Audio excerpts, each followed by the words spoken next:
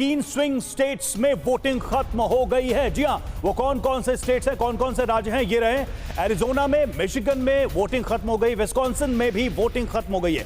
15 और राज्यों में वोटिंग खत्म हो चुकी है। तो धीरे धीरे मतदान जो है वो क्लोज होता जा रहा है और रुझान भी अब सामने आते जा रहे हैं। अभी तक जो रुझान है उसमें 111 पर ट्रंप और 67 पर कमला हैरिस।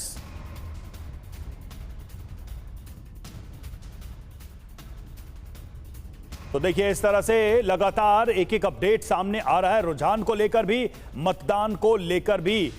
और हमारे साथ तमाम मेहमान इस वक्त जुड़े हुए हैं, हमारे स्टूडियो में खास मेहमान जुड़े हुए हैं और इसके साथ ही अमेरिका से भी हमारे तमाम सहयोगी और हमारे मेहमान जुड़े हुए हैं। एक एक करके हम चलेंगे उनके पास। पूर्णिमा नाथ हमारे नजर आ रही हैं। पूर्णिमा नाथ के पास ही हम सबसे पहले जाएंगे और उनसे पहला रिएक्शन। पूर्णिमा जी, 111 और 67 ये गैप नजर आ रहा है, आपको लगता है ये मेंटेन रहेगा आगे भी? 2020 अगर आपने फॉलो किया, आपको पता है कि Donald Trump was actually winning और सडनली 3 बजे रात को जाके सारा कुछ चेंजेस हो गया। उसके बाद 2 साल 3 साल तक कोर्ट केसेस चलता रहा। We have gotten information from Wisconsin, Michigan, Arizona. Voting machine ने वोट स्विच किया था, suitcase full of ballots were found. It was just a horrible way of describing a democracy, if you will. सारे मतलब जो trust factor था, जी, everything was like thrown to the garbage. बिल्कुल। At this point of time, it's too early to say it. अभी मैं Milwaukee county की बात कर रही हूँ आपको। विस्कॉन्सिन में 2 county, they are very democratic. 2 major county actually matters which way the vote is, the presidential election is going to swing. One is Milwaukee County, one is Dane County. मेरे जो county है Milwaukee county, उसमें almost 1 million people are over here. Overall population of Wisconsin 6 million है। अब भी थोड़ी देर में पहले पता चला कि वो मिल्वॉकी काउंटी में री वोटिंग काउंटिंग शुरू हुआ है अभी। अच्छा। पता नहीं क्या हुआ है वहाँ पे, जो वोटिंग मशीन जहाँ पे था या कि बैलेट कहाँ पे था, वहाँ पे जो डोर थे उसका लॉक ब्रोकन पाया गया है। सो these are some things that it's actually raises some weird situation. क्या चल क्या रहा है, we don't know what's going to happen. कैसे भी चल सकता है, जिसका भी लक अच्छा हो उसका दिखाई देगा। मुझे ऐसा लग रहा है कि it could shift anyway. I don't know what is. बिल्कुल, बहुत सारे फैक्टर्स हैं जो अमेरिका में चुनावों को प्रभावित करते हुए दिखे हैं और बहुत सारे ऐसे मुद्दे हैं। अब इनमें से कौन सा मुद्दा चला, कौन सा नहीं चला, ये थोड़ी देर में साफ हो जाएगा। हमारे साथ प्रमोद भगत भी इस वक्त मौजूद हैं, अमेरिका के न्यूयॉर्क से वो हमारे साथ लाइव जुड़ चुके हैं, जियो पॉलिटिकल एक्सपर्ट हैं। लेकिन प्रमोद जी, आज सबसे पहले मैं न्यूयॉर्क से इस वक्त ताजा अपडेट आप हमारे दर्शकों को क्या देना चाहेंगे? और सवाल वही कि कौन सा मुद्दा आपके लिहाज से इस बार अमेरिकी चुनावों को सबसे ज्यादा प्रभावित करता हुआ आपको दिखा? बिल्कुल अभिषेक जी, लग रहा है कि इस बार बहुत कांटे की टक्कर है। प्रमोद जी, मैं समीर या सो बहुत कांटे की टक्कर है और वेरी इंटरेस्टिंग लग रहा है कि जैसे भारत इंडिया फर्स्ट, तो अमेरिका में लोगों ने अमेरिका फर्स्ट की संख्या बढ़ेगी और हो सकता है कि ये एज ट्रंप की तरफ ज्यादा, अभी तो ऐसा दिख रहा है रुझान, लेकिन कुछ घंटों में और भी क्लियर हो जाएगी सिचुएशन। लेकिन बहुत कांटे की टक्कर है ऑल द स्विंग स्टेट्स में। कांटे की टक्कर, आप ये जो कह रहे हैं ना, जोरदार मुकाबला है, कांटे की टक्कर है। हमारे साथ इस वक्त एम्बेसडर वोरा बैठे हुए हैं, वो इस लॉजिक को एक्सेप्ट करने के लिए बिल्कुल तैयार नहीं है आज सुबह से कि ये कांटे की टक्कर है। वोरा साहब, एक बार फिर कांटे की टक्कर का देखिए जिक्र हो गया, आप मान क्यों नहीं रहे कि कांटे की टक्कर थी इस बार? कमला हैरिस, डोनाल्ड ट्रंप, कौन जीतेगा? कुछ लोगों ने तो यहां तक कह दिया कि हो सकता है इस बार जो नामुमकिन सा नजर आता है वो मुमकिन हो जाए, ड्रॉ हो जाए, हाउस ऑफ रिप्रेजेंटेटिव की शरण में जाना पड़े चुनाव का नतीजा घोषित करने के लिए, और आप मानने को तैयार नहीं है। सर, मैंने इतनी इलेक्शंस देखी हैं इस देश में, 6 का मैं आपसे जिक्र कर रहा था जी। हर बार वही चीज़ होती है, वही एनालिसिस, कांटे की टक्कर, ट्रांसफॉर्मेशनल इलेक्शन, चेंज आएगा, ये होगा वो होगा, then the next day we are back उसी जगह पे हम आ जाते हैं। We are running to stay in the same place. ये अच्छा है डिबेट्स वगैरह करने के लिए, पॉपुलराइज करने के लिए, लेकिन इस समय जो लेटेस्ट फिगर्स मेरे ग्रुप ने भेजे हैं फ्रॉम द यूनाइटेड स्टेट्स, अभी आप दिखा रहे हैं यहाँ पर। ओ माय गॉड, ये देखिए नंबर फिर चेंज हुए हैं टैली पर। एक बार फिर नजर डालिए, TV9 भारतवर्ष के जो दर्शक हैं वो देख सकते हैं टैली एक बार फिर बदल गई है। 210, ये बहुत बड़ा आंकड़ा है, यानी दुगने से भी ज्यादा। कमला हैरिस 95 पर आगे, 95 पर आगे, डोनाल्ड ट्रंप 210 पर आगे। ये एक बहुत बड़ा अपडेट है, लेकिन एक बार फिर यहां पर हम ये क्लियर करेंगे कि ये अभी रुझान हैं, नतीजे नहीं हैं, लेकिन डोनाल्ड ट्रंप बहुत आगे निकलते हुए नजर आ रहे हैं। वोरा साहब कंप्लीट। मैं इतना ही कहना चाहता था सर, अब तो काफी क्लियर हो रहा है, जो मैंने इलेक्शंस ऑब्जर्व किए हैं, अगर इतने आगे वो निकल गया है तो अब तो बड़ा क्लियर है कि कमला हैरिस और ट्रंप जीतिस। तो अब if he is coming back, बड़ी अच्छी बात है। इफ शी हैड कम, जो भी होना था वो होगा। बट इट्स क्लियर इस समय कांटे की टक्कर जरूर है, पर वो बड़े आसानी से 270-272 तक पहुंच जाएगा। मुझे मालूम नहीं अगर टेक्सास और फ्लोरिडा, जिनकी दोनों के आपस में मिला के 70 इलेक्टोरल सीट्स हैं, उनके रिजल्ट्स आए कि नहीं। अगर नहीं आए हैं तो वो तो 100% ट्रंप के फेवर में जाएंगे, वो जीत जाएगा सर। इस समय जो प्रोजेक्शंस मैं देख रहा हूँ, AP, एसोसिएटेड प्रेस, CNN, कुछ और चैनल, फोर्ब्स से मैं देख रहा हूँ, वो सब कह रहे हैं इट्स ट्रंप। बहुत इंटरेस्टिंग होता जा रहा है, क्योंकि जो गैप है वो बढ़ गया है, और जैसा आप कह रहे हैं कि ऐसा मुश्किल ही देखने को लग रहा है कि ये पलट जाए या इसमें कोई परिवर्तन आ जाए। भारद्वाज सर, आप क्या कहना चाहेंगे? आपका ऑब्जर्वेशन, ये जो गैप है बहुत तेजी से बढ़ता जा रहा है। देखिए, निश्चित रूप से ये बात वैसे चुनाव से बहुत कुछ दिनों पहले से, 2-3 सप्ताह पहले से क्लियर था कि ट्रंप आई थिंक लीड ले रहे हैं। और उसका रीज़न क्या है कि जो हार्ड मुद्दे हैं वो ट्रंप के साथ में हैं, चाहे वो सिक्योरिटी का हो, फॉरेन पॉलिसी का हो, इमिग्रेशन का हो या इकोनॉमी हो। ये सारे मुद्दे जो है, इवन जो आप अबॉर्शन राइट्स की बात आई, वो भी बहुत कुछ हद तक ट्रंप के खिलाफ नहीं जा रहे थे। उसमें भी आपने देखा कि इनकी रैलीज में young girls they were participating in the campaign and all that. और जो डेमोक्रेट्स के मुद्दे हैं वो बहुत सॉफ्ट मुद्दे थे। डेमोक्रेसी की बात कर, डेमोक्रेटिक राइट्स रिसीड हो रहे हैं, कॉन्स्टिट्यूशन खतरे में है, या फिर एक और जो मुद्दा कि हम लो हाउसिंग हम देंगे, बहुत ही उनमें सपोर्ट करेंगे इनिशियली। वो बहुत बेसिक मुद्दे थे, बहुत हार्ड मुद्दे नहीं बने। दूसरा एक और पहलू है जो अमेरिकन सोसाइटी को समझने के लिए बहुत ज़रूरी है कि देखिए, अभी भी ये अमेरिकन सोसाइटी का जो ब्रॉडर माइंडसेट है वो पैट्रियार्किकल माइंडसेट है, और वो मुझे नहीं लगता कि वो बहुत कुछ हद तक कमला हैरिस को, एक महिला को राष्ट्रपति के रूप में एक्सेप्ट करेंगे। आज तक उन्होंने कोई भी राष्ट्रपति के रूप में महिला को एक्सेप्ट नहीं किया, इनको भी एक्सेप्ट नहीं करेंगे, ये बात भी बहुत पहले क्लियर थी। तीसरी बात कि कमला हैरिस का जो बैकग्राउंड है, जो सोशल बैकग्राउंड है, वो भी एक तरीके से जो अफ्रो एशियन है, वो अफ्रो एशियंस को भी अमेरिकन बहुत ज़्यादा एक्सेप्ट नहीं करते हैं। ओबामा आए थे ज़रूर, लेकिन इनको नहीं। तो ये कई चीज़ें कॉन्स्टेंटली दिख रही थी कि ट्रेंड जो रहेगा, या जो ट्रंप काफ़ी कुछ हद तक मैनेज कर लेंगे अपनी विक्ट्री को। लेकिन बीच में अभी 2-3 दिन पहले जो कंट्रोवर्सी हुई, जो इश्यूज आए, लगा कि कहीं टक्कर हो गई है दोनों के बीच में, और जो मुद्दे हैं वो कमला हैरिस के पक्ष में भी लोग कुछ मोबिलाइज हो रहे हैं। लेकिन जो ट्रेंड्स देखने को मिल रहा है, मुझे लगता है कि साफ हो रहा है कि Trump is going to win this. ठीक है, भारतवंशी सुनील मेहता इस वक्त हमारे साथ जुड़ रहे हैं, सिलिकॉन वैली से ताल्लुक रखते हैं। मेहता साहब, किस तरह से आप देखेंगे इन शुरुआती रुझानों को? 210 पर डोनाल्ड ट्रंप आगे, 95 पर कमला हैरिस आगे। फासला बहुत बड़ा नजर आ रहा है कमला हैरिस और डोनाल्ड ट्रंप के बीच। एक तरह का दबदबा इस वक्त डोनाल्ड ट्रंप का नजर आ रहा है रुझानों में। आप कैसे इसे देखते हैं? और भारतवंशियों के मूड के बारे में भी जरा बताइए कि मूड जो है भारतवंशियों का अमेरिका के इन चुनावों में किसकी तरफ जाता हुआ आपको नजर आया?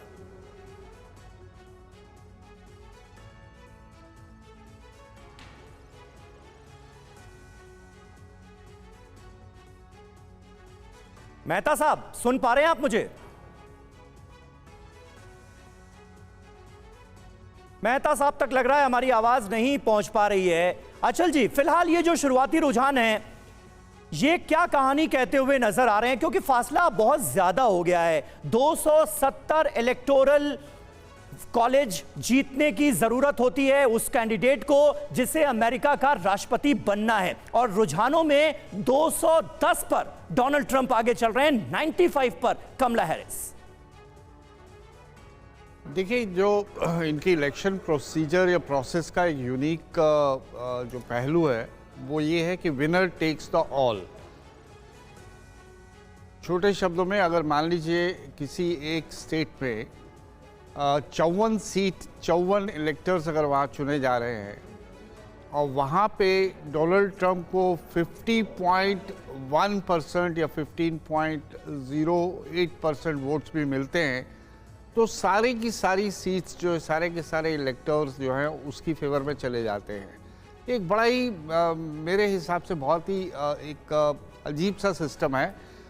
तो बहरहाल ये जो आप 210 का आंकड़ा दिखा रहे हैं, ये क्या जीत है? क्या इतने इलेक्टर्स ऑलरेडी उनके किटी में आ चुके हैं या ये स्कैटर्ड हैं, 50 स्टेट्स में बटे हुए हैं? और ये अगर 50 स्टेट्स में बटे हुए हैं तो नतीजा कुछ भी हो सकता है, और ये अगर ऑलरेडी उनके झोली में आ चुके हैं तो फिर तो नतीजा सामने है। ठीक है, सुनील जी हमारे साथ अमेरिका से जुड़ चुके हैं इस वक्त, सीधे उनका रुख करेंगे। सुनील जी, आपको मेरी आवाज आ रही है? देखिए, अपडेट चल रहा है, दर्शकों को हम बता रहे हैं 210 और 95 का गैप दिखाई दे रहा है। कैसा शुरुआती ट्रेंड्स को लेकर, इनिशियल ट्रेंड्स को लेकर कैसा माहौल वहां पर आपको नजर आ रहा है, और क्या आपके हिसाब से भारतीय समुदाय के अंदर चर्चा रही, बहस रही इस पूरे चुनाव में? Welcome to the viewers of TV9 Bharatvarsh. देखिए, ये तो आज सुबह भी मेरी कुछ और चैनल्स में बात हुई थी, जबकि काउंटिंग भी नहीं शुरू हुई थी। I am a very analytical person and हमारी कम्युनिटी को तो मैं इनसाइड आउट जानता हूँ। अमेरिका को भी काफ़ी ध्यान से पढ़ा है, इतने सालों में यहाँ के लोगों को समझा है। तो उसमें कुछ बातें बिल्कुल क्लियर थी मुझे कि इसमें I mean, some of the people were saying about ladies versus gents, black versus whites. पहली बात तो लॉजिकली अगर आप सोचें तो कुल 3 महीने पहले एक बंद मुट्ठी है जो कमला जी रही हैं, क्योंकि यहाँ वाइस प्रेसिडेंट की कोई ज़्यादा से होती नहीं, उनकी कोई एग्जिस्टेंस होती नहीं है। तो उनके बारे में लोगों को एज एन अटर्नी सब उनको जानते हैं, बट नथिंग एक्स्ट्रॉर्डनरी। तो एक इतने बड़े कंट्री का शासन उनके हाथ में देने का रिस्क लेना, मैं ये नहीं कह रही हूँ कि मैं नहीं कह रहा हूँ कि वो काबिल नहीं है, मगर पता नहीं है कि वो कितनी काबिल है। और 4 साल बागडोर एक ऐसे इंसान के हाथ में देना जिसके बारे में पता नहीं है, इतना बड़ा कंट्री जो ऑलरेडी इतनी मुश्किलों में है, जॉब्स की प्रॉब्लम है, इन्फ्लेशन की प्रॉब्लम है, दूसरे कंट्रीज में हमारी पोजीशन अच्छी नहीं है। आज कोई जो हमारी we have in super power, वो भी नहीं रहे आज हम देखा जाए तो इसलिए आदमी ये कहेगा कि इवन तो ट्रम्प साहब की भी काफी कमियां हैं, हम सब जानते हैं, इतने सालों से उनको, मैं तो उनका एक जमाने में फैन भी रहा हूँ, उनकी बुक्स पढ़ी हैं, उनको फॉलो किया 1987 से, बट फिर भी कहते हैं ना, a known person, difficult person is better than an unknown person. एक कंट्री के बारे में आप रिस्क नहीं ले सकते हो।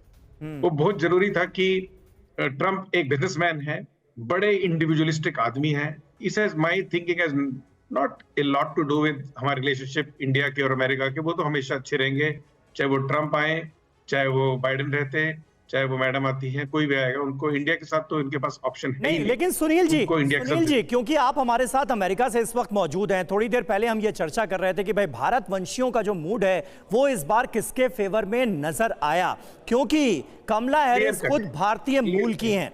क्या ये बात उनके पक्ष में गई? अगर हम भारतवंशियों के वोट्स का जिक्र कर रहे हैं, उसको मद्देनजर रखते हुए अगर बात की जाए, या फिर डोनाल्ड ट्रंप, प्रधानमंत्री नरेंद्र मोदी के अच्छे दोस्त, इंडिया के अच्छे दोस्त, ये सारी चीजें जो उनकी कैंपेनिंग में हमें नजर आई, उसने ज्यादा असर डाला? बिल्कुल क्लियर है इस मामले में। मैं आपको बताऊं कि इंडियंस जो हैं यहाँ पे मोस्टली बिजनेसेस में हैं, इवन दो सिंस हम लोगों की बैकग्राउंड इंडिया से है तो हम डेमोक्रेसी की तरफ ज्यादा ध्यान देते हैं कभी कभी, मगर जब बिजनेस की बात आती है, हर एक आदमी यहाँ जो आया है वो काम करने के लिए, बिजनेस के लिए आया है, पैसा कमाने के लिए आया है, इससे कैपिटलिस्टिक सोसाइटी, तो उसमें क्लियर कट रुख जो रहा है वो रिपब्लिकन की तरफ ही रहा है और रहेगा।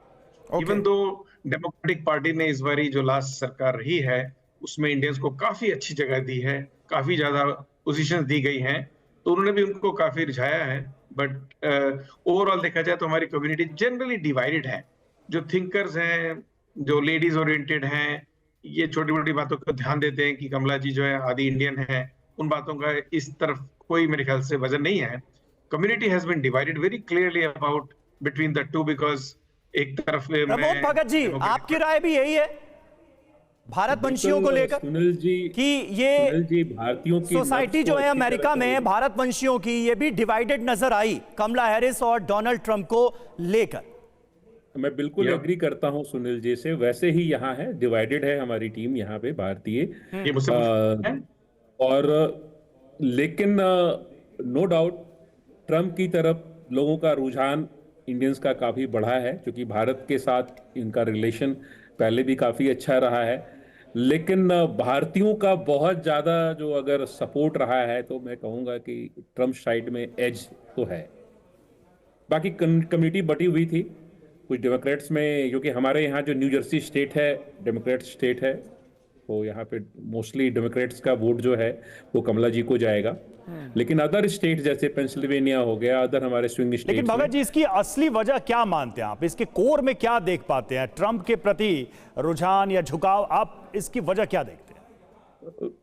वैसे जिस तरह से अभी जो सुपर पावर और भारत, और जिस तरह से मिडिल लिस्ट में यूक्रेन के वॉर, जिस तरह से अमेरिका में लोगों की जॉब जा रही है, इकॉनमी में काफी चैलेंजेस है, और कंट्री फर्स्ट की सिचुएशन जो है यहाँ के लोकल नेटिव अमेरिकन्स को, इसलिए लग रहा है कि रिपब्लिकन को एज मिलता जा रहा है। ठीक है, और अमेरिका फर्स्ट का जो नारा था वो डोनाल्ड ट्रंप ने अपनी कैंपेनिंग के दौरान जोर शोर से बुलंद किया। और देखिए, स्विंग स्टेट विस्कॉन्सिन से अहम खबर आ रही है सामने। डोनाल्ड ट्रंप यहां से आगे चल रहे हैं और विस्कॉन्सिन से ही पूर्णिमा नाथ इस वक्त हमारे साथ जुड़ी हुई हैं, जो कि रिपब्लिकन सपोर्टर भी हैं। पूर्णिमा जी, क्या अपडेट वहां से आप हमें देना चाहेंगी? और अगर डोनाल्ड ट्रंप विस्कॉन्सिन से आगे चल रहे हैं तो इसकी सबसे बड़ी वजह आपकी नजर में क्या है? मैंने थोड़ी देर पहले ये बोलने की कोशिश किया था कि Milwaukee county one of the major county, दो काउंटीज में एक काउंटी है, इसमें ज़्यादा पॉपुलेशन है। इट्स बेसिकली इज मेक और ब्रेक डिसीजन यहीं से होती है। और मिल्वॉकी काउंटी में रिकाउंटिंग फिर से शुरू हुआ। This is about half an hour back, that's the information I got. जहाँ पे वोटिंग मशीन्स था, उस वहाँ पे उसकी जो डोर थे उसका ताला broken पाया गया है। So all these things is actually raising some concern. I'll tell you one of my personal experience. I have no idea exactly what's going on or who's behind it, or is there anything going on at all or not, but I'll share you what I have felt. Yesterday evening I got a call from a company called Turning Point saying that तुमने जो vote किया है वो vote counting नहीं होगी, tomorrow you go and re-vote again. मैंने question ये किया है उनको कि तुम्हें कैसे पता है मेरा वोट काउंट नहीं होगा, first of all. Second of all, मेरा जो विलेज है, जो म्यूनिसिपैलिटी है, वो उन्होंने क्यों मुझे कॉल नहीं किया? And then the answer I got from them was that we don't know, we are helping them, you better go check it out and find out whether your vote is getting counted or not.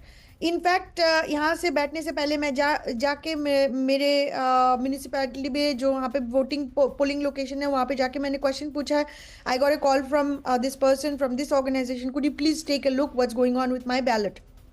मैंने ये बोला था कि absentee ballot मैंने order किया था, लेकिन मैंने कभी मेल में नहीं भेजा, ना बैलेट बॉक्स में डाला। अर्ली वोटिंग जब शुरू हुआ था तब जाके मैंने वोटिंग किया था, तो अबाउट 2 वीक्स। बिल्कुल पूर्णिमा जी, अमेरिका में जो वोटिंग सिस्टम है इसको लेकर हमारी जो शुरू से बहस है, इसमें कई सारे सवाल उठे। हमारी चर्चा में कई सारे सवाल, कई सारे लूप होल्स की बात हुई और कई तरह की दिक्कतों की बात हुई, जिसकी वजह से वोटिंग पिछले कुछ समय से कंट्रोवर्सी में रही है। लेकिन एक अपडेट अगर आप हमारे दर्शकों को दे पाए, आपसे हम जानना चाहेंगे कि ट्रंप के होम स्टेट की क्या सिचुएशन है, वहां से कोई खबर आपको मिल रही है? अभी थोड़ी देर पहले about a couple of hours ago he actually went to cast his vote and then spent about 10 minutes with the press. I'm sure you saw that as well. But we know that at this point of time मैं किसी की बात अभी नहीं लेने वाली हूँ. I want to see exactly what's going on, especially in the wee hours of 2 a.m., 3 a.m. around that time. उन लोग को बैलेट बॉक्स आ रहा है कि नहीं, ट्रक भर भर के कहां से आ रहा है, कुछ समझ में नहीं आ रहा है। मतलब 2020 वाला जो पुराना एक्सपीरियंस रहा पूर्णिमा जी, मैं ये देख रहा हूं कि उसके बाद आज जो ये डेटा हम दिखा रहे हैं 210 और 95 का, इस पर अभी आप खुशी मनाने के लिए तैयार बिल्कुल नहीं है। आपको ये लग रहा है कि ये आंकड़े बदल भी सकते हैं, तस्वीर बिल्कुल जुदा भी हो सकती है, क्योंकि 2020 का एग्जाम्पल हम सबके सामने है। Yes, absolutely. It's not a time yet because हमारे even in Wisconsin में हमारी, मुझे नहीं लगता हमें Wisconsin will be declared about in by 3 AM. तो वेट एंड वॉच करो, देखो क्या हो रहा है। सारे जो बैलेट्स यहाँ से है ऑन सारे म्यूनिसिपैलिटी से इकट्ठा करके वो लोग सेंट्रल लोकेशन में लेके जाएंगे, फिर वहाँ से काउंटिंग होगा। उसके बाद there are some processes from a perspective. बहुत दिलचस्प सवाल हो रहे हैं ये, देखिए तब जबकि रुझान आ रहे हैं, वोटिंग खत्म होने को है और नतीजे आ रहे हैं। अचल सर, ये अपने आप में मुझे लगता है चुनाव के बाद भी एक लंबी और बड़ी बहस, और भारत के लोग भी बड़ी उत्सुकता से देख रहे हैं कि भाई चुनाव का पूरा प्रोसेस ही सवालों के घेरे में है, नतीजे चाहे कुछ भी हो।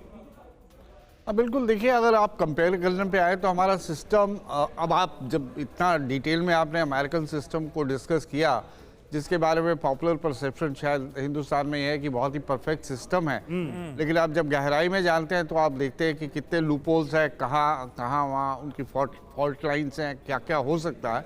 तो कंपैरेटिवली तो हमारा सिस्टम बहुत ही फेयर एंड ट्रांसपेरेंट है।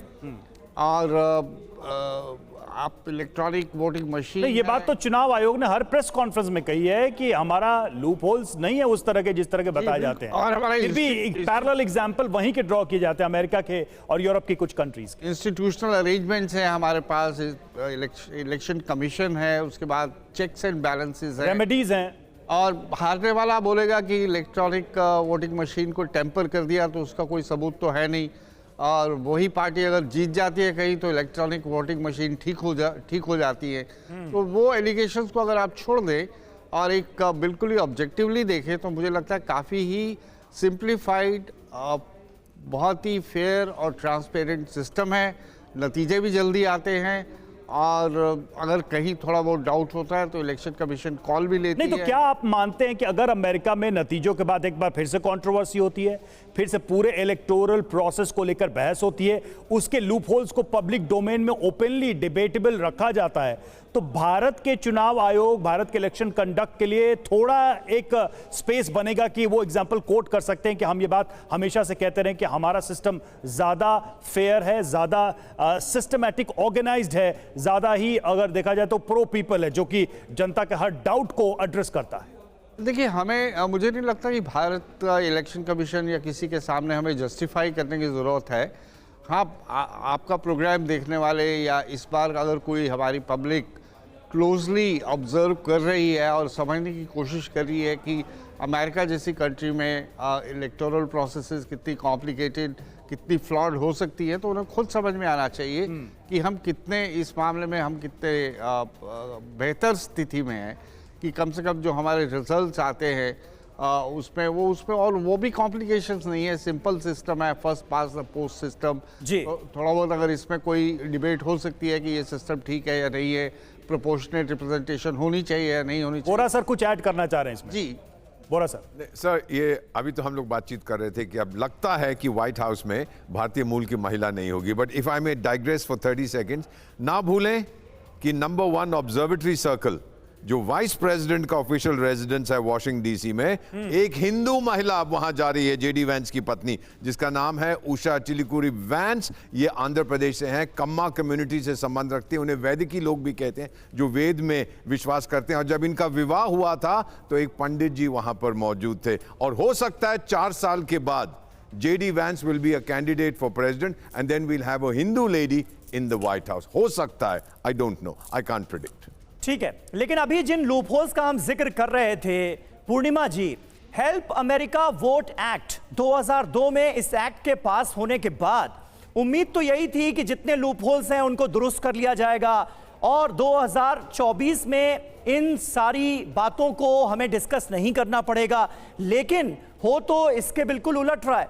डीआरई मशीन्स जो थी, जिन्हें आम भाषा में अगर कहा जाए वोटिंग मशीन्स, उनको तो स्क्रैप कर दिया गया है, पूरी तरह से बैलेट पेपर के थ्रू मतदान हो रहे हैं। लेकिन बार बार लूपहोल्स की बातें सामने आ रही हैं कि बहुत सारे लूपहोल्स भी हैं इस पूरे के पूरे प्रोसेस में। अगर ट्रंप दोबारा आते हैं तो क्या उन लूप होल्स को खत्म करने की कोशिश होगी? To answer your question, very simply, the entire supply chain of election, यहाँ पे बैलेट कैसे चेंज करा जाता है, बैलेट कैसे प्रोसेस करा जाता है, बैलेट का सिक्योरिटी कैसे मेंटेन करा जाता है, I am sure there will be some some review on this whole process.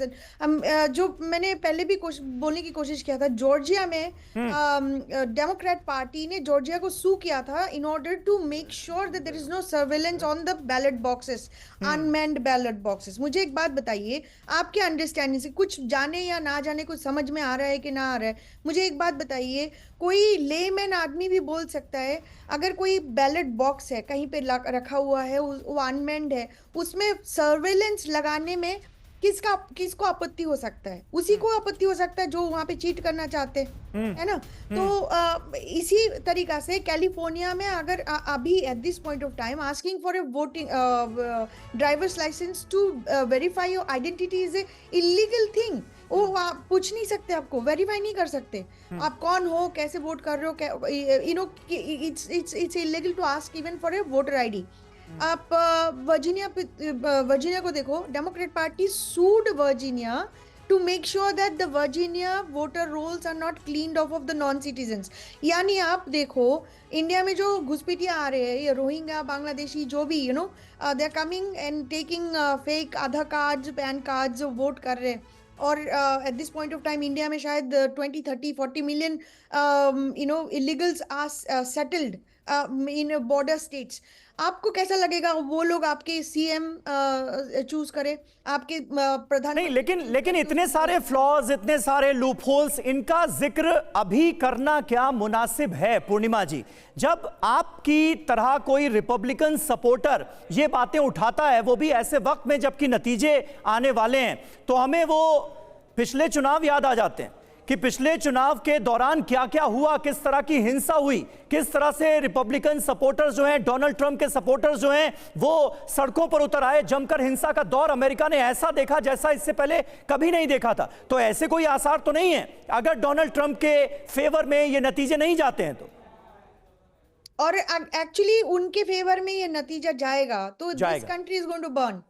यहाँ पे नेशनल गार्ड्स के जो एजेंट्स हैं उनको कई स्पेशल सिटीज में मोबिलाइज किया गया है, स्टैंड बाय में रखा गया है।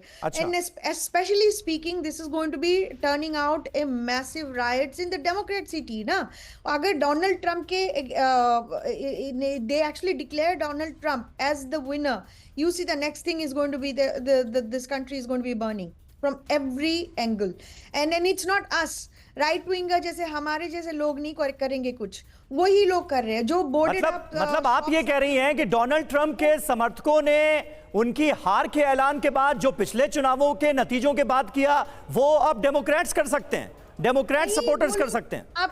आपको शायद गलतफहमी हुआ है। जनवरी 6 की जो एजेंडा फैलाया गया है एंटायर वर्ल्ड में, अभी आपके पास इंफॉर्मेशन है कि एफबीआई के एजेंट उस क्राउड में थे, बीएलएम एंटीफा के एजेंट्स उस क्राउड में थे, उसका रहे थे लोगों को। और आपने पुलिस की वीडियो भी आपने देखा, कैपिटल पुलिस की, वो लोग खुद दरवाजा खोल रहे थे। ठीक है, ये सारे गंभीर आरोप हैं, लेकिन फिलहाल तो ट्रेंड्स यही बता रहे हैं कि ट्रंप आगे चल रहे हैं। लेकिन भगत जी, मैं यही सवाल आपसे करना चाह रहा हूं भाई, पिछला अनुभव जो रहा, जो वायलेंस व्हाइट हाउस के सामने हमने देखा, जो कुछ भी देखा, और उसको लेकर एक कह सकते हैं कि अलर्ट मोड में सारी पार्टियां, सारे लीडर्स, खासकर रिपब्लिकन्स और ट्रंप रहे। तो अब जब वोटिंग हुई है इस बार जो चुनाव प्रक्रिया चल रही है, उसमें क्या बदलाव आप देख रहे हैं दलों की तरफ से, सतर्कता के लिहाज से, अलर्टनेस के लिहाज से, या फिर एक्स्ट्रा अपनी तरफ से, यानी कि जो दल हैं, पार्टियां, कैंडिडेट्स हैं, अपनी तरफ से वो क्या अरेंजमेंट कर रहे हैं कि ज्यादा फेयर हिसाब हो, इस तरह की कंट्रोवर्सी से बचा जाए, या फिर जो वोटिंग हो, जो हमारे वोटर्स हैं वो सही वोट कर पाए? कुछ चेंजेस जो आप बता सकें हमारे दर्शकों को। बिल्कुल दिख रहा है कि अमेरिका के लोगों ने शांति को पसंद किया है, जो भारत की बेसिक गुण, मतलब भारत की बेसिक नेचर है। क्योंकि जिस तरह से वॉर में अभी कई कंट्रीज उलझे हुए हैं, और यहाँ के लोगों ने शांति, डेवलपमेंट, बिजनेस, कुक्स, और वही दिख रहा है पूरे रुझान जो अभी आ रहा है। और लगता है कि चंद घंटों में जैसा दीपक बोरा साहब कह रहे थे, बिल्कुल ट्रम्प साहब लगता है कि अब कमान उनके हाथ में आने वाली है। अभी तक तो ऐसा लग रहा है, कांटे की टक्कर के बावजूद भी, लेकिन इलेक्टोरल में वो काफ़ी आगे चल रहा है। 188 right now watching the CNN, 188 and 270 need to win. So it's a pretty good chances. Not pretty good. Like we are going, looks like it's going to be, whole world is going to be waiting for the peace. नहीं भगत जी, मेरा सवाल यही था कि क्या सतर्कता बरती गई है पार्टियों की तरफ से? मतलब वॉलंटियर्स लगाए गए हैं, लोगों को अप्रोच किया गया है, ये मॉनिटर किया गया है कौन वोट कर रहा है कौन नहीं कर रहा है, कुछ वेरीफाई करने की कोशिश, ये कंफर्म करना कि भाई वोट हुआ कि नहीं हुआ, समय से हुआ कि नहीं हुआ, बैलेट पेपर जमा हुए कि नहीं। ये जो एक्सरसाइज है ये पहले से बड़ी है, सघन हुई है, एक्सटेंडेड हुई है, क्या हुआ है, क्या फर्क आया है? बहुत ही डिटेल में इस बार किया गया है। लास्ट टाइम कोविड की वजह से चैलेंजेस कुछ और थे, जिसकी वजह से कुछ मेस भी हुआ था, जिसको कई बार मीडिया में, कई बार यहाँ पर डिफरेंट चैनल्स ने कवर करके बताया भी था। जैसे पेंसिल्वेनिया में बहुत बड़ा गड़बड़ हुआ था, जैसा आज भी लोग कहते हैं। इस बार दोनों पार्टियों ने काफ़ी सतर्कता बरती है, जिसके वजह से बहुत कम चांसेस हैं कि जो मेलिंग बैलेट में गड़बड़ इस बार होगा, क्योंकि दोनों टीम बिल्कुल तैयार बैठी है। तो डेमोक्रेसी की ही जीत होगी और लग रहा है जी, होना भी यही चाहिए। प्रोफेसर संजय भारद्वाज हमारे साथ मौजूद हैं। प्रोफेसर संजय, इससे पहले जब हम अमेरिकी इलेक्शंस को डिस्कस कर रहे थे, कांटे की टक्कर की बात तो जरूर हुई, कहा यह भी गया कि इस बार बहुत जोरदार मुकाबला है, लेकिन जो रुझान आ रहे हैं वो एक तरफा डोनाल्ड ट्रंप के फेवर में नजर आते हैं। इसे आप कैसे देखते हैं? क्योंकि जो बाइडेन का जो कार्यकाल रहा वो विवादों से भरा रहा, जंग का हम जिक्र कर रहे थे, चाहे वो यूक्रेन फ्रंट हो या इजराइल फ्रंट हो, दोनों जगहों पर अमेरिकी इन्वॉल्वमेंट साफ तौर पर नजर आई। इसका एक अमेरिकन सोसाइटी में भी विरोध एक लेवल पर हमने देखा। क्या ये सारे मुद्दे एक बड़ा असर दिखाते हुए नजर आते हैं? अगर इन रुझानों को हम अपने दर्शकों के लिए डिस्क्राइब करने की कोशिश करें, जिसमें एक तरफा बढ़त डोनाल्ड ट्रंप की नजर आती है।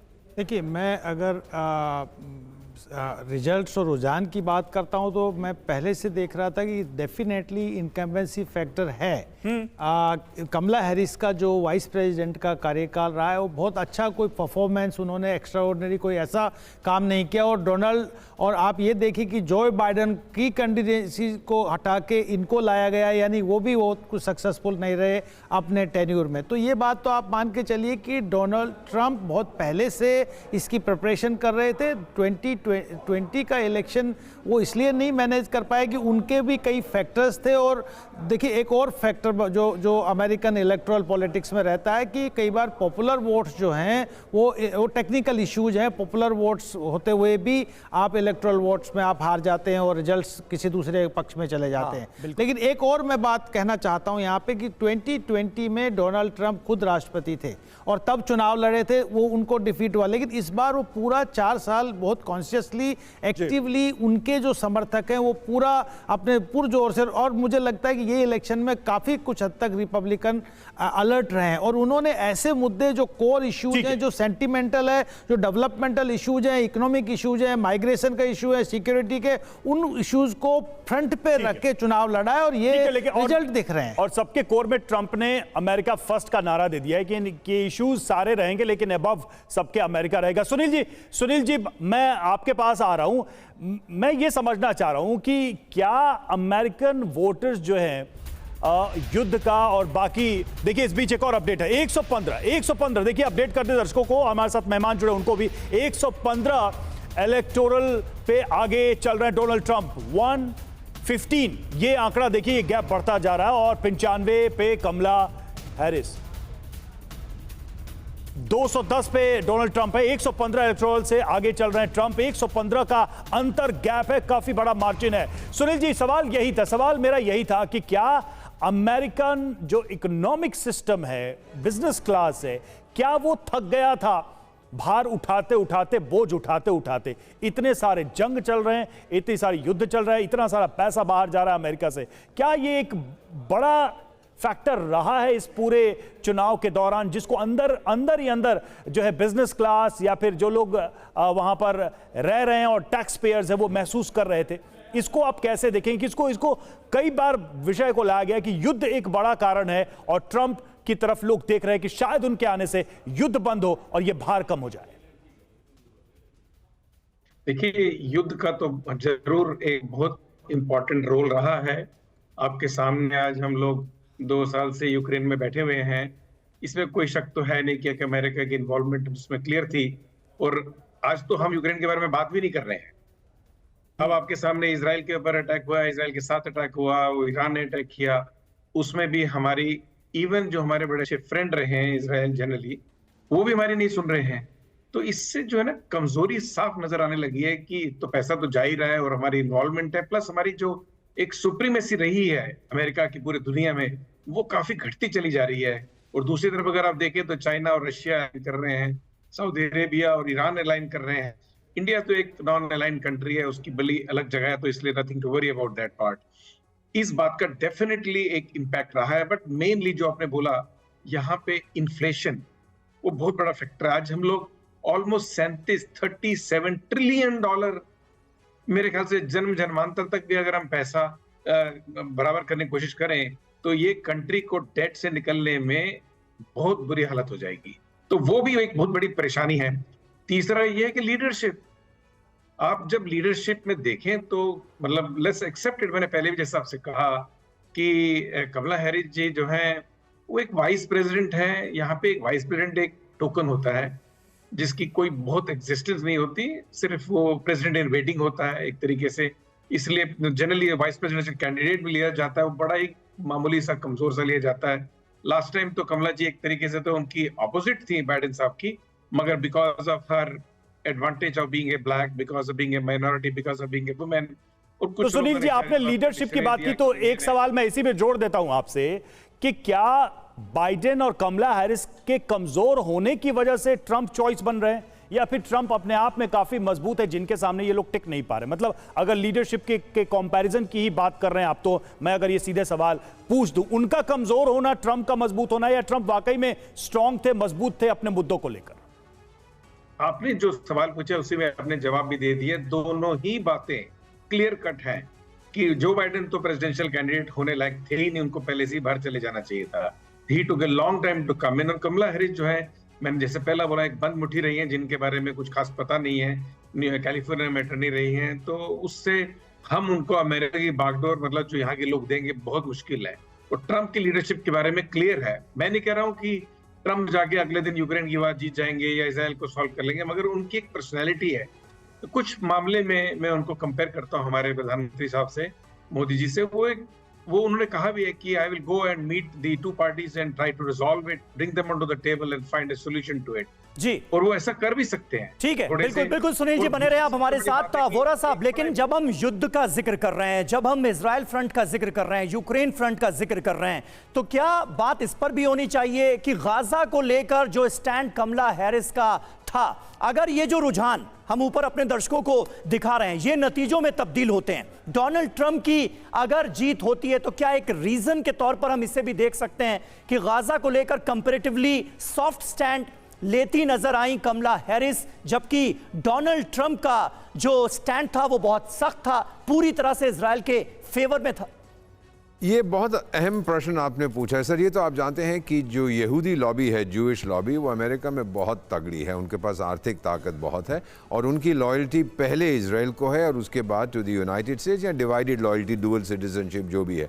तो ये जो कमला हैरिस में शुरुआत में तो ये तो जैसा आपने बिल्कुल सही फरमाया, थोड़ा फ्लिप फ्लॉप डगमगा रही थी, पूरी तरह से नहीं बोल पाए। बाइडेन साहब भी बहुत सी चीज़ें उन्होंने कही हैं। बॉब वुडवर्ड की जो लेटेस्ट किताब है वॉर, उसमें लिखा हुआ है कि किस प्रकार से उन्होंने नेतन्याहू को कोसा है, एटसेट्रा एटसेट्रा। लेकिन डोनाल्ड ट्रंप बिल्कुल सॉलिडली जूइश कम्युनिटी के साथ रहे और उनके जो दामाद हैं, बड़े दामाद, ही इज़ अ हार्डकोर जू।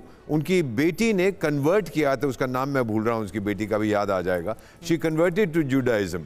तो ये जूइश इन्फ्लुएंस उसकी अपनी फैमिली में भी, and he has come out very strongly. इसका 100% इन्फ्लुएंस होगा। फाइनली मैं बता देता हूँ sir, just got the latest combined सत्ता बाजार जो मैं कहता हूं प्रिडिक्शन, वो डोनाल्ड ट्रंप को दे रहे हैं 285 seats, which means clearly the winner. तो अपने आप में ये इंडिकेटर है। हम अक्सर बात करते हैं सट्टा बाजार की भी, और ये और उससे भी एक सेंस लेने की हम जरूर कोशिश करते हैं। अचल सर, अब बात यहां पर आके रुकती है कि ट्रंप अगर पावर में आते हैं, ट्रंप अगर सत्ता में आते हैं, और जो नंबर्स बताए हैं सर ने कि 285 यानी कि एकदम कंफर्टेबल मेजॉरिटी के साथ आते हैं, तो पहली चीज ट्रंप से क्या एक्सपेक्ट करेगी दुनिया? क्या ट्रंप पहला कदम उठा सकते हैं? बातें तो बहुत सारी हुई, लेकिन होता है कि पहला बड़ा मूव किसी लीडर का पावर में आने के बाद क्या होता है, इस पर नजर सबकी रहती है, पूरी दुनिया की। वो इकोनॉमी को सुधारने की कोशिश करेंगे। अच्छा वो इन्फ्लेशन को, सॉरी किसी और से पूछ, यस सॉरी माफ कीजिए। देखिए, सबसे पहले तो मुझे लगता है वो अपनी पूरी इस्टेब्लिशमेंट की रिस्ट्रक्चरिंग करेंगे, जिसके बारे में उन्होंने इंडिकेशन दे रखे है। फिर फोकस उनका इकोनॉमी पे रहेगा, क्योंकि एक बहुत बड़ा फैक्टर था इस इलेक्शंस में, और जाहिर है कि उन्हें इस पे डिलीवर करते हुए दिखना भी चाहिए। और तीसरा, वो डेफिनेटली जो रशिया उक्रेन वॉर है उसके बारे में कोई ड्रेस्टिक एक्शन लेंगे। अगर वो वाकई जो कहा उन्होंने या जिसका उन्होंने हिंट दिया, तो पहला स्टेप उनका ये होगा कि यूक्रेन से बोलेंगे कि अगर आपको लड़ना है तो आप ये लड़ाई अपने दम पे लड़िए, अमेरिका अब आपको असिस्टेंस देनी बंद कर रहा है। और यूरोपियन कंट्रीज़ भी, क्योंकि अमेरिकन इसको कंटिन्यू कर रहे थे, वो भी फॉलो कर रहे हैं। यूरोपियन कॉन्टिनेंट इससे काफ़ी सफ़र किया है वहाँ के लोगों ने। लेकिन क्या सर इस कदम से अमेरिका की जो ग्लोबल क्रेडिबिलिटी है एज अ स्ट्रैटेजिक पार्टनर, वो खत्म नहीं हो जाएगी? अब कौन सा देश अमेरिका के भरोसे किसी को ललकारेगा, जंग में जाएगा, अपनी बर्बादी को न्योता देगा? अमेरिका की क्रेडिबिलिटी शून्य नहीं हो जाएगी, क्योंकि यूक्रेन तो पूरी तरह से बर्बाद हो गया और आपने बीच में छोड़ दिया। अफगानिस्तान से एग्जिट के बाद से खत्म हो चुकी है। या कहीं पे भी देख लीजिए इनके बारे में, तो वो आप एक लोकल लैंग्वेज में कहते हैं ना, जहाँ जहाँ पड़े सल्तन के पांव उजड़ गए गांव के गांव। तो ये अफगानिस्तान में गए, वहाँ उजाड़ दिया, इराक में सत्यानाश कर दिया, और ये अब रशिया उक्रेन की वॉर करा दी। और पहला स्लोगन क्या, जो बाइडेन उस समय क्या बोलते थे, we will fight this war till the last Ukrainian. तो सर इस बहाने तो कहीं ना कहीं ट्रंप मदद कर देंगे रूस और चाइना की, because they will become a better strategic partner। और आज की तारीख में जब राष्ट्रवाद बढ़ रहा है हर जगह, तो सबको अपनी सुरक्षा की चिंता है। सर इसमें, सॉरी, फॉरेन पॉलिसी में, if I with your permission, ये रूस के साथ जो इसके संबंध हैं, ट्रंप मिला है व्लादिमीर पुतिन से, they have a very warm personal relationship. और एक चीज मैं कहना चाहता हूं, रूस जब सोवियत संघ टूटा था, बहुत साल तक कहता रहा मुझे नेटो में ले लो, मुझे यूरोपियन यूनियन में ले लो। मेरा मानना है, G8 भी बना था एक टाइम पे, रूस को उन्होंने शामिल किया था। मेरा मानना है कि ये रूस के साथ अपने संबंध सुधारेगा, क्योंकि नेचुरल पार्टनर उस एरिया में अगर अमेरिका को कहे, वो चाइना नहीं है सर, वो राइवल है, वो कंपेटिटर है, रूस बन सकता है उसका partner sir. Professor Sanjay Bhardwaj, आप कुछ ऐड करना चाह रहे थे? देखिए, मुझे लगता है कि पोस्चरिंग कुछ भी हो सकती है ट्रंप की। रशिया यूक्रेन वॉर को लेके, चाइना को लेके, या लेबनान जो फ़लस्तीन और इजराइल को लेके, डिसीजंस जो कोर जो डिसीजंस हैं इंटरनेशनल रिलेशंस के, इंटरनेशनल रेस्पॉन्सिबिलिटी के और स्ट्रेटेजिक इंटरेस्ट के, वो वहाँ का डीप स्टेट लेता है। और मुझे नहीं लगता कि ट्रंप बहुत कुछ डिफर करेगा डीप स्टेट से, क्योंकि चाइना को देखिए इकोनॉमिक इश्यूज है, तो आपको चाइना से कन्फ्रंट करना ही पड़ेगा, आपको टैरिफ बढ़ाने ही पड़ेंगे, ताकि आप जो डोमेस्टिक मैन्युफैक्चरिंग और प्रोडक्शन की बात कर रहे हो तब होंगे जब आप टैरिफ बढ़ाएंगे, तो उससे चाइना के जो डिपेंडेंसीज आपकी कम होगी। दूसरा कि जो प्रेसिंग इश्यूज हैं जो चाइना से त्रस्त हैं, जो इंडो पैसिफिक कंट्रीज़ के, वो ट्रंप को अपनी पॉलिसी को कंटिन्यू, क्वाड को कंटिन्यू करने की बात करें, क्योंकि अमेरिका अपने अलाई जो ओल्ड अलाइज है, चाहे जापान है, ऑस्ट्रेलिया है, इनको कभी लूज नहीं करना चाहेगा, तो निश्चित रूप से उनका स्ट्रेटेजिक इंटरेस्ट रहेगा। तीसरी बात कि निश्चित रूप से जो रशिया का एक इंटरेस्ट है, जो क्षेत्र जो रशिया के कब्जे में आज के दिन डोनबास रीजन, वो उसको हो सकता है कि वहाँ पे एक कंप्रोमाइज हो जाए कि ठीक है जो आपको मिल गया वो मिल गया और इसको ख़त्म करते हैं और इसको यहीं पे वो करते हैं, वो एक पीस प्रोसेस शुरुआत कर सकते हैं, इसको थम सकते हैं, जो जेलेंस्की अभी तक बाइडेन के सपोर्ट से कर रहे थे। तो ये, लेकिन यहाँ पे एक बात जरूर इंश्योर करेगा कि अमेरिका का जो यूरोप के साथ एक स्ट्रॉन्ग रिलेशंस रहा है, जो यूके के साथ एक स्ट्रॉन्ग रिलेशन रहा है, तो वो इंश्योर करेंगे कि रशिया यूरोप के इंटरेस्ट को, और जो रशिया चाहता भी नहीं ठीक है, चलिए इस पे एक पूर्णिमा जी से भी कमेंट लेने। पूर्णिमा जी, ट्रंप पावर में आ जाते हैं तो उनको जो कुछ भी लेगेसी में मिल रहा है बाइडेन गवर्नमेंट की तरफ से, डेमोक्रेट्स की तरफ से, वो बहुत फंसाने वाला नहीं लग रहा आपको? इसमें डिसीजन ले लेना एक तरफा अपने आप में बहुत मुश्किल है, तब जबकि ट्रंप से ये उम्मीद की जाती है कि वो बड़े ही डिसाइसिव हैं, बड़े ही फैसले लेने में सक्षम है। देखिए, जो सिचुएशन आज 4 साल के बाद बाइडेन हैरिस एडमिनिस्ट्रेशन करके रखे इस कंट्री की, whether from domestic politics to international politics, it's very concerning, you know. यहाँ पे जॉब क्रिएशन, यहाँ की लोगों की भलाई, और forget about us, I mean Ukraine was given over $200 billion, $1 billion भी यहाँ पे खर्च कर लेते, यहाँ के लोगों की भलाई हो जाती। सिटीज़ में जो सिचुएशन है यहाँ पे, I am very concerned. Obviously this country will go in a very different direction if at all Obama, Soros and Harris retain power. But if Trump comes, then we have an opportunity to shift a lot of things, whether it's from a foreign policy standpoint, whether But it's this is from a my perspective question. of our lives. How much it will be difficult for Trump to take such decisions? U-turn लेना, decision लेना, ये कितना आसान? Decision लेना problem नहीं होगा। Bureaucracy within the system is the one which actually hurt him in the first term, because he actually targeted the institutions, right, the deep state institutions, उनकी सोच पर टारगेट किया है। तो ऐसा नहीं है कि इमीडिएटली आने के बाद सब हैंडी डैंडी हो जाने वाला है। ठीक है पूर्णिमा जी, ये इंपॉर्टेंट बात आपने कही है। एम्बेसडर वोरा इस पर कुछ ऐड करना चाह रहे हैं। वोरा साहब, क्या आपको लगता है, क्योंकि अभी चुनाव के नतीजे आ रहे हैं, रुझान हम अपने दर्शकों को दिखा रहे हैं, क्या आपको लगता है कि यह बात ट्रंप के फेवर में गई है कि वो एक मजबूत नेता है? जो बाइडेन और कमला हैरिस से अगर कंपैरिजन किया जाए तो एक मजबूत नेता की छवि गढ़ने में डोनाल्ड ट्रंप कामयाब रहे, भले ही उनके टेन्योर के साथ, उनकी पर्सनैलिटी के साथ तमाम तरह के विवाद जुड़े हों, उसके बावजूद। ये तो अमेरिकन साइकी में है ना, डीएनए में है। जो मैडम कह रही थी बिल्कुल सही है। दे like a strong person. Superman को किसने इन्वेंट किया था, बैटमैन को किसने किया था? American. They like a toughie. जीते हारे वो अलग बात है, but they always like a strong leader. और एक कहानी और है सर, आप जो पूछ रहे थे कितना आसान होगा बदलना, तो एक जोक है अबाउट, जोक ये है कि how many American presidents does it take light bulb को बदलने के लिए? आंसर है 2। एक उसको बदलेगा, दूसरा वाला फिर वापस लगा देगा। So he is bring back the original policies. ये मजाक है, it's a joke, but this is one of the electoral jokes जो वहां पे इंटरनेट पे वायरल हो रहे हैं इस समय। ट्रंप हैज द इमेज कि मैं टफी हूं, मैं बहुत स्ट्रांग आदमी हूं, and the Americans love that. They love a good fight and they love a strong leader. उसकी पर्सनल लाइफ जो मर्जी हो, लेकिन they should be proud of this man. यार, ये जो है ना टार्जन, ये हमारा लीडर है। और इस मैसेज को देने में कामयाब रहे डोनाल्ड ट्रंप, आप ये कह रहे हैं। 100%। हमने देखा, क्योंकि इससे पहले जब जो बाइडेन से उनका कंपटीशन हो रहा था, तो जो बाइडेन की उम्र को भी एक मुद्दा बनाया गया। हालांकि डोनाल्ड ट्रंप और जो बाइडेन की उम्र में बहुत ज्यादा फासला नहीं था, लेकिन उसके बाद फिर कमला हैरिस आती हैं, और फिर उसके बाद एक अलग ही तरह का कंपटीशन हमें नजर आया। पूर्णिमा जी, कुछ ऐड करना चाह रही हैं? 226।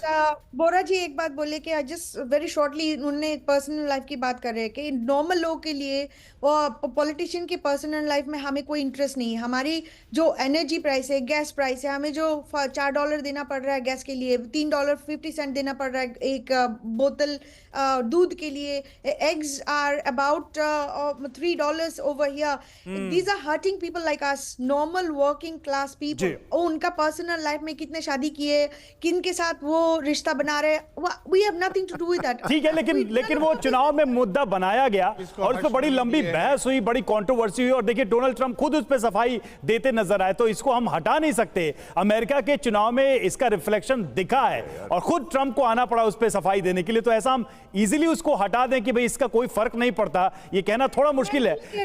मैं नहीं कह रही उसका हटा दे। एक लीडर के तरीका से, even celebrities, people want to know what their personal life looks like. You know, ठीक है, paparazzi लेकिन हमेशा घूमते लेकिन एक रहते हैं, लीडर में लोग कल्ट फिगर party देखते करते हैं, एक आइडल देखते हैं, और इस वजह से शायद लगा कि ये सारे इश्यूज ट्रंप का पीछा नहीं छोड़ रहे, लंबे समय तक नहीं छोड़ा। और देखिए एक और अपडेट है ट्रेंड्स को लेकर। 226 अब ट्रंप के फेवर में नंबर्स आ गए हैं और कमला हैरिस के नंबर जो है 108 देखिए उनके फेवर में, यानी कि 226 वर्सेस 108, 108 ये अभी का ट्रेंड, अभी का आंकड़ा नजर आ रहा है। अभी भी एक बहुत बड़े मार्जिन से ट्रंप आगे नजर आ रहे हैं। क्या ये बढ़त बनी रहेगी? क्या ये लीड ट्रंप की 270 के पार तक जाएगी?